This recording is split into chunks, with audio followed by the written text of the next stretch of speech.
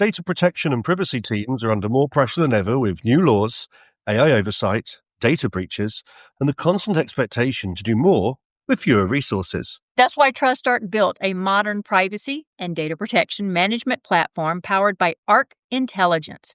It unifies your tools, automates the work that slows you down, and surfaces what matters most right when you need it. From guided quick actions to our intelligent assistant, Ask Arc, you get credible, contextual answers backed by expert research, not generic AI guesses. Finally, privacy that works the way privacy pros work. Learn how TrustArc helps teams move faster with confidence at trustarc.com/serious-privacy. That's trustarc.com/serious-privacy.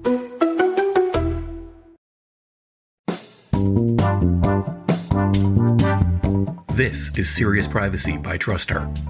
Here are your hosts, Paul Breitbart and Kay Royal. There are times when the second part of yourself decides to take a vacation from the primary part of yourself. Or in other words, Paul is on vacation. As always, when Paul is usually gone, I have brought on the amazing co-host, Ralph O'Brien, out of the United Kingdom. And he's not a guest. Ralph is our co-host. So trust me, I am not going to treat him with kid gloves. It's been a while since we've had Ralph on as a co-host. So with that, my name is Kay Royal. And I'm Ralph O'Brien. And welcome to Serious Privacy. Woohoo! Listen to that privacy. I love it. Okay, so we don't get away from the unexpected question. How's this for an unexpected question for you, Kay? If Paul is the second part of you, does that make me the third part of you? I like it. So if you had to divide yourself into pieces and parts, yes, that would make Ralph the third part of both Paul and I. So if he is my podcast spouse, I guess we are poly podcasters. I like that. Poly podcast, which funny enough, coming on the heels of the multiple podcast session that we just did with Privacy Please and Data Diva, which I believe Paul called it the Serious Data Diva Privacy Please podcast. That's amazing. We are definitely poly podcasters. Poly podcasters. Beautiful. There we go. Beautiful. So the great thing is I loved having you on here. I kind of wanted you on here like a week earlier, especially given that we record a week before we release.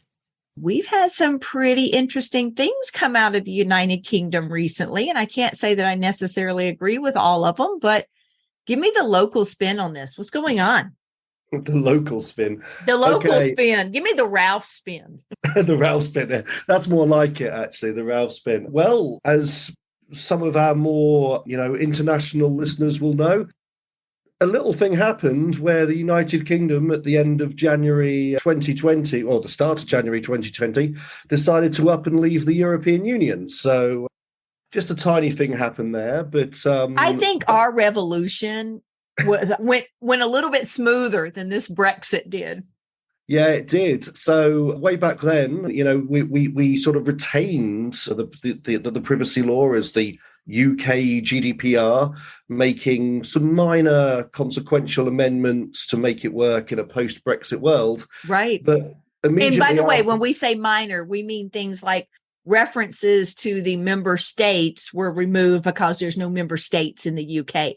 Truly minor things changed. Yeah, member state law for domestic law, supervisory authority for information commissioner, that sort of thing, right? So that was like a first raft of changes. And then you will know, of course, that we applied and successfully obtained adequacy for law enforcement directive. Which seemed to come with a little bit of a slap in the face at the same time. Let's be fair. The two press releases were amazing. The EU press release, first of all, said 4 years, first time we've got to introduce a sunset clause. You do anything else, anything different, we'll take it away. The UK press release was, we can unlock the power of data now. Now we're apart from the EU. And that's what they're trying to do. Two press releases, y'all were approved for adequacy, both for personal information and for law enforcement. Correct. Yeah, we're the only country with the law enforcement and GDPR adequacy. So after that, the UK government has been making a lot of noise about obviously taking advantage of sovereignty and making the UK a very business-friendly environment, and taking advantage of that. But of course, balance means that, the more you make the UK business-friendly and remove those horrible EU red tape, the less, of course, privacy regulations, are going to be successful. So right. It's kind of striking that balance. And so what the middle of all this, you got a new commissioner who moved over from New Zealand, right? John Edwards, who's been actually John Edwards has run a listening tour, so he's been all over the UK talking to civil society, talking to business, talking to the government in all of the regions of the UK. And this week he actually launched something called ICO 25. Ooh, let's see if we can't get him to talk on our podcast. Oh, that would be great. Yeah. That would be fast. Yeah. So John Edwards, he seems a very reasonable guy, very affable. Big Pink Floyd fan, and I actually met him at the Brussels conference earlier this year, and he's released this thing called ICO 25, which is a 3-year plan. That being said, we may not have an information commissioner. We may have an information commission very soon. That's what I heard. Yeah, so the part of this whole Brexit thing is they ran a consultation called Data a New Direction, and off the back of that, we now have a draft law, a bill called the Data Protection and Digital Information Bill, which was put before Parliament about 4 days ago when we're recording this. That's July the 18th, and I'm sure we'll put a link to the bill and the explanatory notes in the podcast coming. And so it's really interesting. It's really an interesting bill. It doesn't repeal the UK GDPR. It doesn't get rid of it. It's not revolutionary. So don't go thinking that the UK is going to go cavalier down its own route. Yeah, so, but it does introduce differences from its EU cousin.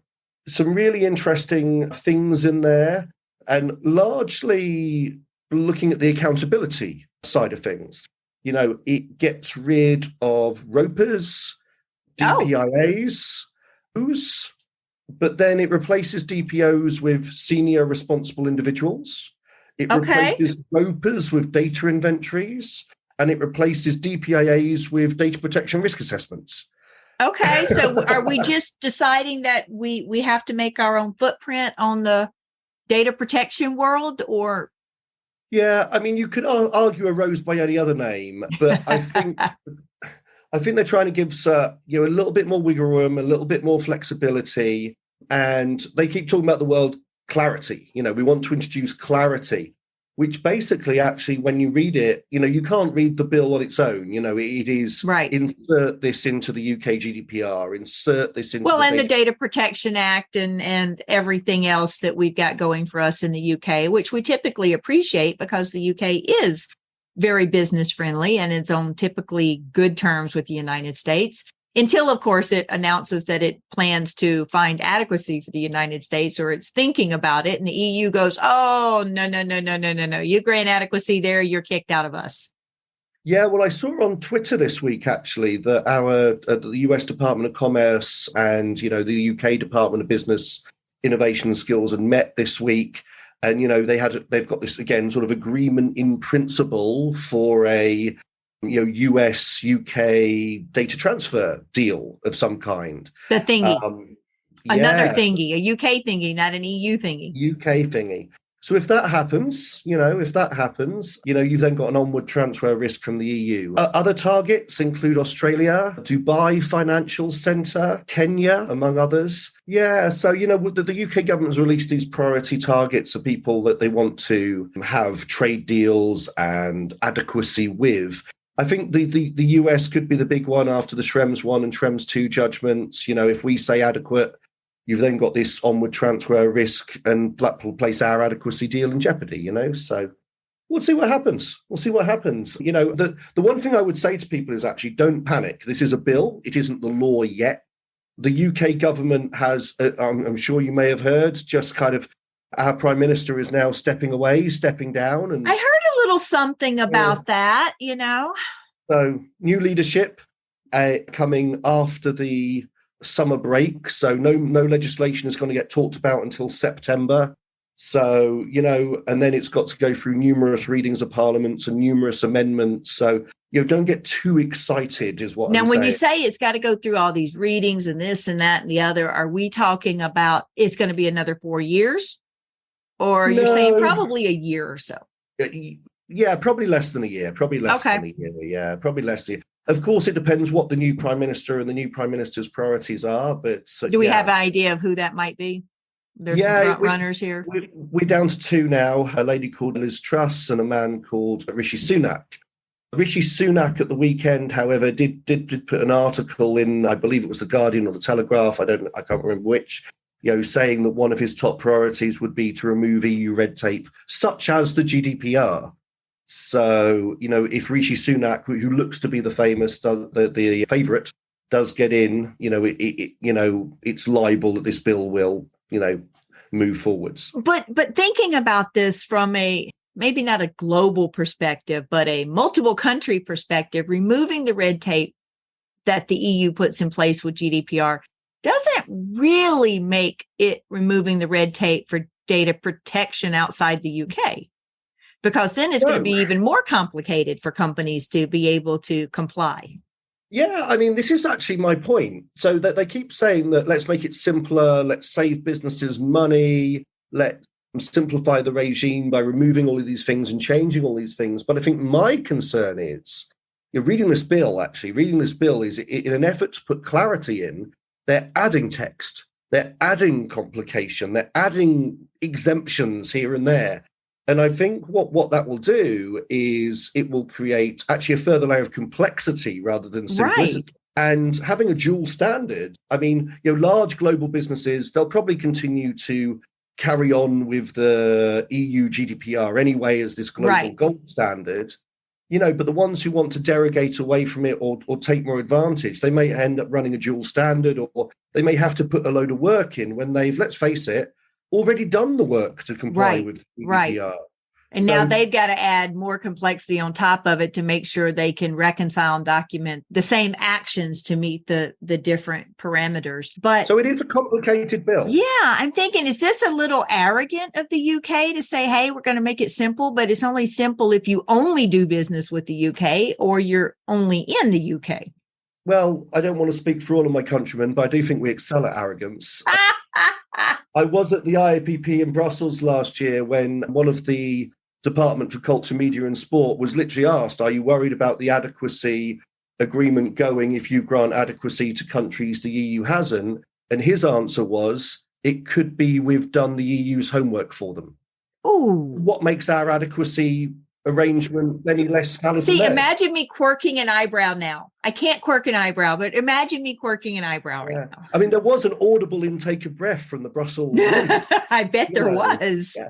And I kind of get their point. What makes their investigation any less valid or any less rigorous than the EU's? But it does come with a side of political currency. It does come with a side of, I like that. It does come with a side of political currency. So in looking at the bill, then, are there particular parts that companies really need to pay attention to or be worried about? I wouldn't say be worried about. It looks like massaging rather than wholesale change. Okay. So, for example, legitimate interests. There's a proposal that instead of doing legitimate interest assessments every time, this new bill will come with a list of sort of pre-approved legitimate interests. Oh, well, that's kind of interesting because I was just reading the GDPR in detail on legitimate interest the other day. And I believe there was a notation that the data protection authorities, I think I took this to be the EDPB at the time, would make a list of activities for legitimate interest that would be your default list, something very similar to that. And I don't think I've seen that. Yeah, we've actually got something quite similar in our UK Data Protection Act 2018 already about sort of substantial public interest conditions for processing. A load of extra national where we say it's in the substantial public interest, go ahead. So that's quite interesting. There is a number of things in there that actually aren't that data protection related. Access to business data, so extending the right of access to non-personal data if you're a business customer. There's a few things in there about what they're calling digital verification services. So there's few bits in there about like age verification apps, that sort of thing. Yeah, there's some stuff in there around our direct marketing side of things. They want to actually increase the fines for direct marketing to the same level as GDPR. So at the moment in the UK, it's 500K. It would go up to the 4% or I find that interesting. I think a lot of data protection authorities around the world or lawmakers are trying to crack down on the marketing, and I applaud them. But in the same token, in the same breath, we've then got what we call this soft opt-in rule, right? Where everything is opt-in, but it becomes opt-out if you've made an inquiry or bought something. That's only for commercial providers at the moment. They want to extend that soft opt-in rule to charities and to political parties. Ooh. So, it flips both ways, right? Yeah, it does. And I don't mean that marketing's disgusting. You know that. But to be clear, what I mean is that the spam is uncontrollable. The calls to your phone. Oh my gosh, the calls, the text, I don't know if you're experiencing that, but in the past year, the number of marketing texts and marketing calls has simply become nauseating here in the US. And it's like we have an opt-out phone number that you can put your phone number on an opt-out list, and you're not supposed to be getting text messages and calls. But yeah, I mean, we've got the same thing. We've got a national opt-out register called the Telephone Preference Service, the TPS. My number is registered there. But of course, that won't stop you from being called from outside of the country, of course, yeah. So, you do get the odd call saying that, you've got a problem with the computer or you've won the lottery or, it's your vehicle warranty. Yeah. It's your vehicle warranty. We have an important message for you about your upcoming vehicle warranty expiration. Really? They're getting the reputation now of the alumni associations who can always find you no matter where you are. We had sort of a phishing one that's been going around, mostly around postal charges. So we tried to deliver a parcel today. You weren't in. It's going to cost you X to get it redirected. Or wow, yeah, they're quite interesting phishing ones. So we have grown from the Nairobian prince wants you to whitewash, $5 million of his dollars and we'll pay you whatever. To I actually had one of them purporting to be from Winnie Mandela 2 years saying that her husband Nelson Mandela was very sick and she needed to get money out of the country 2 years after Nelson Mandela had died. So okay. So maybe they were relying on the fact that people recognize the name Mandela without actually following the law. And okay. Anyway, back to the bill. So, I think some of the really interesting stuff is to change the information commissioner to the information commission. So it would someone has to run the commission. Yeah, I mean, it would still be John Edwards, presumably, but he would have, but rather than being a sort of a body soul, would be a body corporate with a management team. So, so it's run as more of a business, I guess. Right. And, they would have an advisory board set up by the government. They would have to provide a report to government every year on what they're doing. They would have to have KPIs that are approved by the government. All of their codes of practices and guidance would have to be approved by the government. Oh, interesting. So there are some questions there about whether you would still even have an independent regulator. Right. Yeah. And I think that interesting.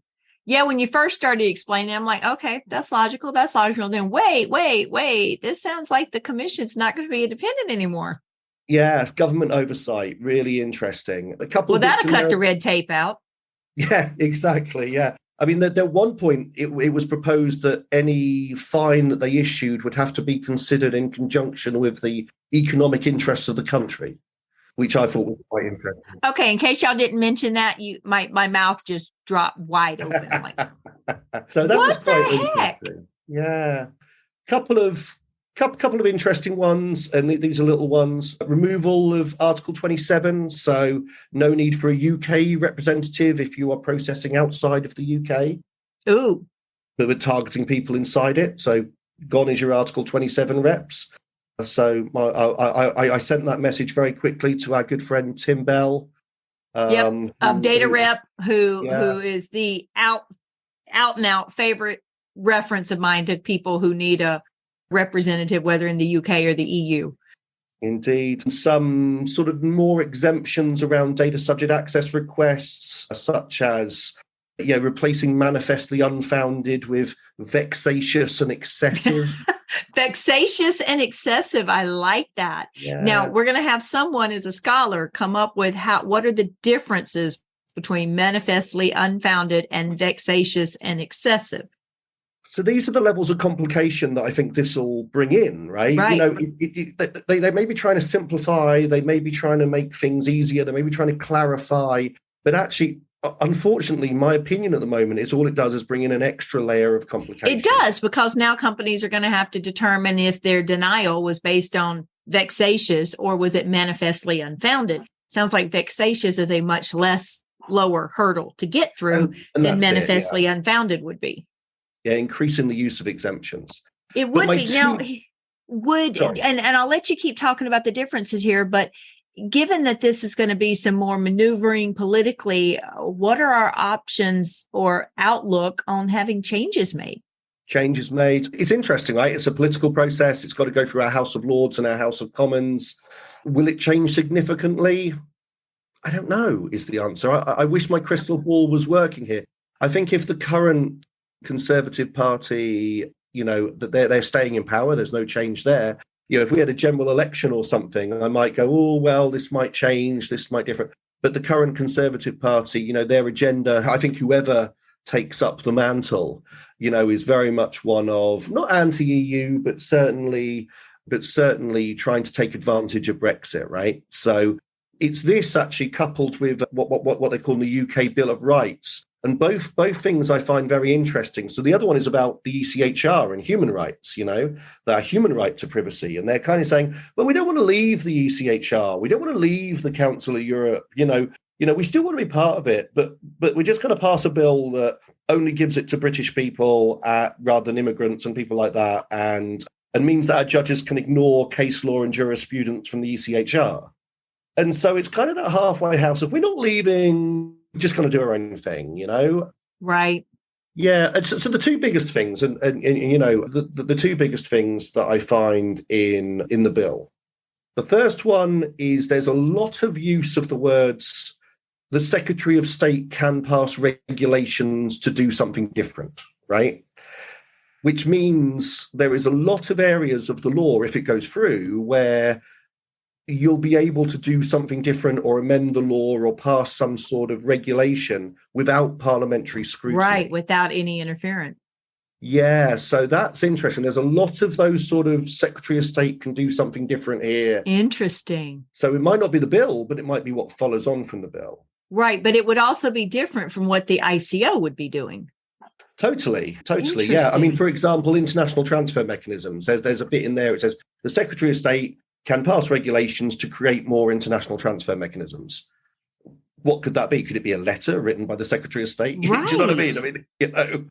So, wow. Okay. Very interesting. A very novel take, I believe, for the UK. Yeah.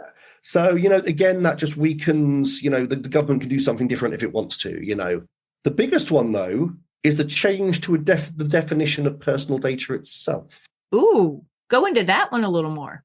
So they have amended the definition of personal data to add clarity. Get this? To add clarity. So to add clarity, they've added to it, it's only personal data where the controller or processor knows or ought to reasonably know that another person will or is likely to obtain the information as a result of the processing, and the living individual will be or is likely to be identifiable by that person by reasonable means at the time of processing. Okay, so cool. So to put this into context, then, the CCM data that TrustArc processes would no longer be personal information. Yeah. Because TrustArc it only obtains the full IP address for instantaneous geofencing, and then it is not processed further or stored. It only contains the last 2 octets, which means the only thing available to the controller that we're processing CCM for is the last 2 octets, a unique identifier TrustArc assigns, the option on cookies they selected, and the referring page, as well as browser type and operating system. But they would have no way of knowing what person it is because it doesn't track them across sites. We have no way whatsoever. So it would no longer be personal information under the UK, but it would still be personal information under the EU. Yeah, so it does create a kind of, a dual standard, right? This is the very first clause of the bill. And I think, if you want to change the definition of personal data and you want an adequacy arrangement, that very first clause might become a battleground. Right? Yeah, it might very well knock it out because now we're going to have, we already have multiple definitions of personal data, but let's be honest, for a global company or a multinational company, now they're going to have to enforce yet another definition of personal data when we're just now trying to get them off of PII versus PI. Yeah, and that's just my fear, my fear is, however well-meaning perhaps this law is, it's just going to add in layers of complication. Don't get me wrong, it'll keep people like me in work for a while, the UK. Do we really need any more job security? Let's be honest. Yeah, well. But no, it is interesting though, because again, it goes back to how very arrogant. This only eliminates complexity for companies operating solely within the United Kingdom or people in countries doing business only with the United Kingdom. Because otherwise they've got multiple, even more definitions of personal information. We thought we were pretty cool. We either had PII or we had PI. Now we're going to have PII, PI, and the UK PI. Personal data, but yeah, personal data, sure. Yeah, it's fascinating. I mean, what my clients actually really struggle with, and I think the defining problem of actually our time is, for the first time in human history, we have companies bigger than countries, right? Yeah. With more power, more buying power. Imagine like the ICOs or the information commissioners, enforcement budget compared to Facebook or Google's, right? To defend themselves. So we've got companies bigger than countries, and we have also technology that is enabling us to be truly global. Companies can operate the same way across the globe through the internet, through apps, and there's more that now connects us than divides us. But in response to that, we've now seen countries almost try and nationalize a little bit more. Data localization laws, for example, things like Brexit, right? And to me, the biggest problems my clients face can be summarized as global technology, local law. Yeah. And I'm sorry, but data localization laws really are one of my primary, what do you call it? What are your sore points, triggers? Data localization laws are one of mine. Yeah. I mean, I was actually training a CIP and a CIPM this week. And I was talking to David and I said, what's your number one data protection concern at the moment? And, people are still struggling with Schrems too. Right. Additional supplementary measures on top of SCCs, right? Well, especially in light of the data protection authorities coming down on Google. Yeah, Google Analytics. The Google Analytics decisions. The Garanti in Italy has just added its voice to, the whole Google Analytics, and in a risk-based world. And I'm normally pro EU. Actually, I'm normally pro EU. I'm normally pro GDPR. But these decisions that Chapter 5, the international transfer provisions, is not risk-based. No. I think they're really not. They're not bringing in any of the factors to consider. And early on, they kind of were. You saw decisions saying, you can manipulate your browser settings, on the controller side as to what you're tracking online, different things like that. You can put in the right controls with Google. Google is openly supporting the global CBPR movement, different things like this. But now the later ones are coming out going, no, you can't use Google Analytics at all. Well, how do you stop the average company from using Google Analytics? Well, like everything else, it's going to come down to, is it going to be enforced? And that's always been my concern. So, going back to the UK again briefly, one of my always biggest concern is the government seems to be wanting to shut down the ICO or control the ICO as this kind of rogue agent that's going to cause business problems. But actually, you look at the amount of fines the ICO has issued, it's 10, 11 since the GDPR was passed. large, admittedly, but mostly for security violation. Right. Right. It's not like the regulator or the watchdog is, you swinging the fine bat at anyone for, things like Google Analytics or for, right. Or for minor breaches. In fact, actually, what I'd say about the UK regulator is quite often they're quite happy just to send you a letter. And if you send one back saying, great, we'll change, that's the end of it, We don't really care why you're arguing. The fact that you go to the extent to send us a letter, okay, you're fine. Okay, not that simple. Yeah, I mean, I think it's more that, they don't want to issue penalty fines if they don't have to. Like, if a company changes its practices as a result of the ICO sending them a letter, the company changes practices, they've done their job, that company's now complying with the law, right? So I think the ICO has got a lot of what I'd call more informal enforcement action, without issuing a massive fine or at the end of it. If the company changes its ways and complies with the law, they're happy, they'll walk away without issuing a penalty notice, right? So it used to be that way. Okay. Yeah. So I think it's interesting. So I don't see the ICO as some, scary tiger. In fact, if anything, us data protection professionals over here have actually complained about lack of enforcement. Are they the Casper the Ghost of the DPAs? Oh, well, if you ask the Germans, they would say that was the DPC, of course, but... Oh my goodness. Okay. So we try our best to try to keep our episodes close to like 30, 35 minutes because people complain it's too long to walk the dog. We get it. Paul's response is walk the dog twice, but I try to be a little bit more considerate. So in the final, before we close then, Ralph, what's the most important thing our listeners need to take away from this about the bill?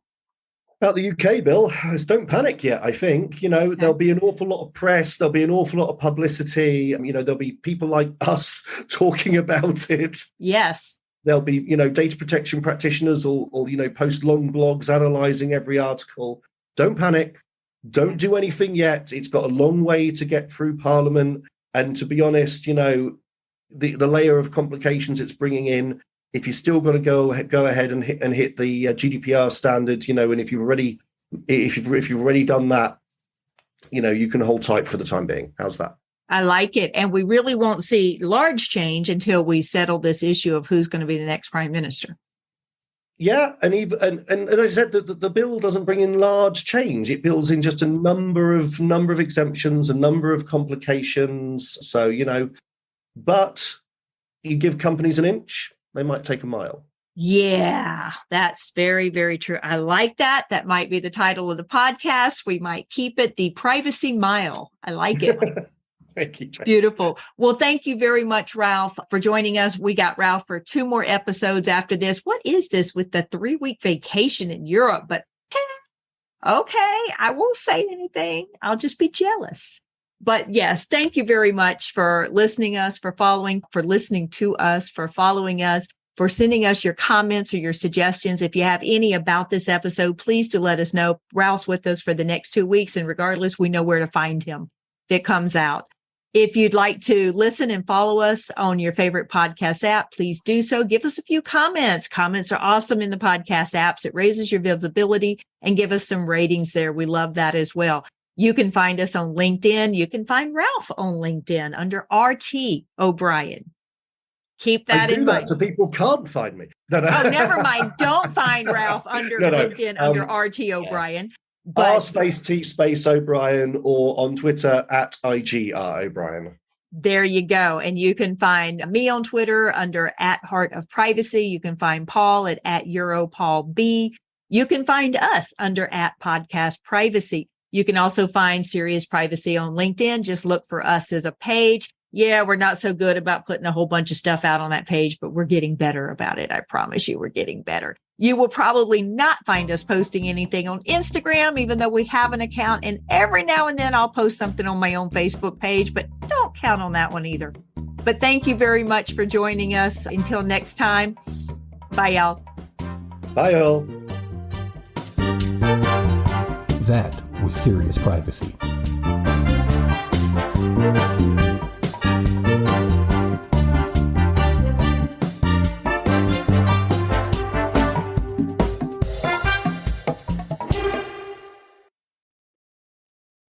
If you're a data protection or privacy professional, you already know the pressure. Non-stop regulatory change, AI oversight, internal demands, and the expectation to somehow stay ahead of it all. And the old patchwork of tools just isn't cutting it anymore. No. That's why TrustArc created a modern privacy management platform powered by Arc Intelligence. The TrustArc platform brings your workflows, evidence, research, tasks, and applications all together in one unified and intelligent workspace so you don't waste time digging, clicking, or context switching. With Ask Arc, your privacy assistant, you can ask plain language questions about laws, jurisdictions, or even your own program data and get credible, cited answers based on NIMBY research and more than 1,000 global laws. It's explainable, transparent, and purpose-built for data protection and privacy. So if you need to add a vendor, create a cookie banner, or start an assessment, quick actions take formally complex tasks, turn them into bite-sized guided workflows to save you time. It's a platform that thinks like you, works like you, and helps you move faster with confidence, whether you're a seasoned DPO or you're just getting started. See how modern privacy gets done. Explore Arc at trustarc.com/serious-privacy. That's trustarc.com/serious-privacy.